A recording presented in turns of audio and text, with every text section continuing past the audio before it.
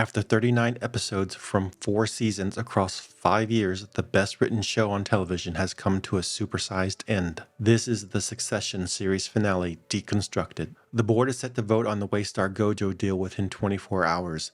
Kendall receives news that Stewie is not going to vote his way. This does not deter Kendall as he is convinced he will find or flip enough votes. One small glitch, Kendall doesn't know where his brother Roman is or how he intends to vote. Shiv is projecting confidence because she thinks she's got the votes to secure the deal. Matsson admits that he is unsure about Tom. She tells him that Tom is highly interchangeable, but that he should keep him for continuity. In a bit of foreshadow, Matsson looks at a magazine article that depicts him as Shiv's puppet. Shiv receives a call from her mother informing her that the not Kendall brother is with her and that he needs help, so she jets off to the Caribbean to rescue him. En route to the airport, Shiv has a call with Tom to see if there's any chance for their marriage.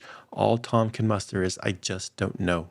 Kendall also learns that Roman is with their mother. When he calls Caroline, she tells him Roman is in a fragile state and it's questionable if he can make it to the vote. This sets up Operation Island Persuasion with Shiv and Kendall both jetting off to harass Roman. Kendall finally gets a break when Stewie agrees to join Team Ken. Kendall arrives in the Caribbean moments after Shiv, and the Roys immediately begin their routine bickering. Back in the city, Tom tells Greg that if Matsson fires him, then Greg will also lose his $200,000 assistance job. Kendall breaks the news to Shiv that he has secured Stewie's vote, but she still thinks she's got enough votes to win. Roman enters the Scorpion party and more bickering ensues. Shiv then starts gloating about her impending victory.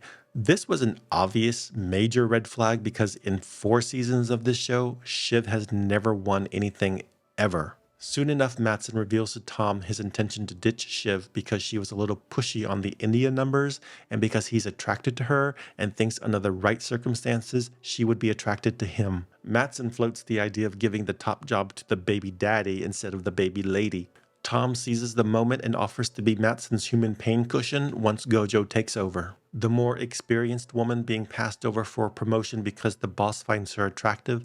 This is old school misogyny and it is 100% the DNA of this show. Moments later, Greg has drinks with Matsson and Oscar, and when he slyly uses his phone's translation app, he discovers Matsson's true plan for Shiv. Back on the island, Caroline encourages the kids to sell the company so they can move on with their lives. In a super cringe scene, Peter pitches them on an idea involving creamy margins. Greg calls Kendall to spill the beans on Matsson's plan to dump Shiv. At first, Shiv doesn't believe it, but when she sees a draft memo with a placeholder instead of her name, reality sets in. Shiv is shaken, but the siblings rally a plan to stop the deal. The kids settle on coronating Kendall the king after Shiv and Roman decide not to murder him. To seal the deal, they make him drink a gross smoothie before pouring it over his head. They fly back to New York City the next morning for the board meeting, but first there's a brief stop at Logan's townhouse where they use stickers to mark which of Logan's things they'd like to keep. Willow reveals she is staying in New York City while Connor serves in Slovenia,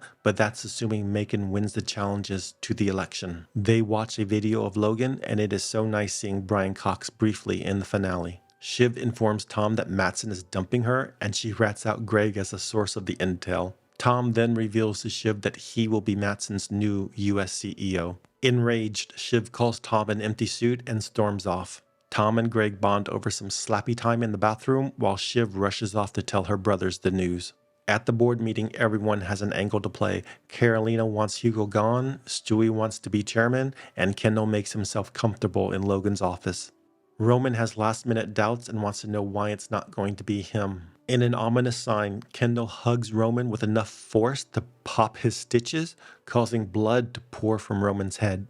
Kendall finally makes his pitch and calls the Gojo offer a bad deal. The votes come down to a tie with only Shiv's vote remaining, but Shiv has doubts about Kendall as CEO. Kendall loses it, telling his siblings he can't do anything else but be the CEO. But Shiv tells him she doesn't think he would be good at the job. The entire board can hear Kendall scream and berate his siblings.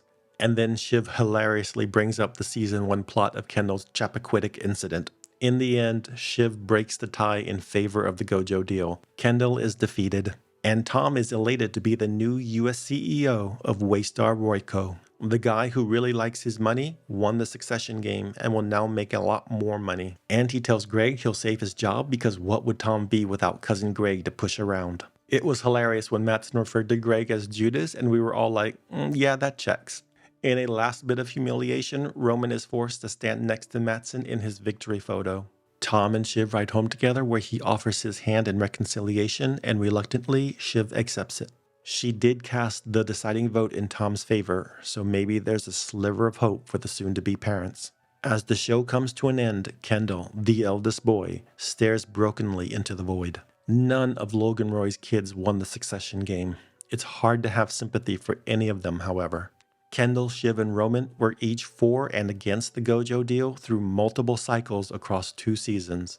In the end, they were defeated by their own duplicity. As a confession, I predicted Cousin Greg would win the succession game all the way back in Season 1. I bought into the theory that Greg would be revealed as some kind of stupid genius who was playing a sly game all along.